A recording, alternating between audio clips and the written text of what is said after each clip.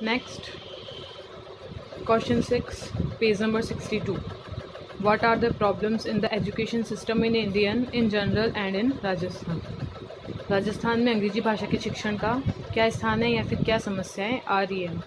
Problems of ELT, English language teaching in Rajasthan. Teaching of English in Rajasthan is a many-sided problem. The teacher of English who face these problems should be familiar with nature and scope of these problems.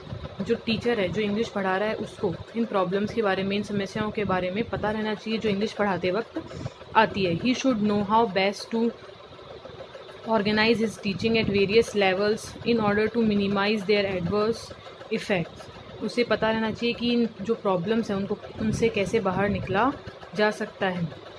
Some of the problems have become especially challenging in the context of a complex local situation in which the child must study his mother tongue and learn English as well.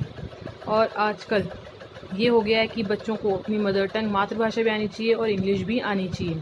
Despite researchers and investigators done in this area, difficulties of the children in learning English remain as earlier. जो भी research की गई है, जो भी उनसे पता चला है कि बच्चों को इंग्लिश पढ़ने में दिक्कतें आ रही है. However, a lot of useful work is being done to overcome these difficulties. Better techniques of teaching English are being discovered in order to help the average students.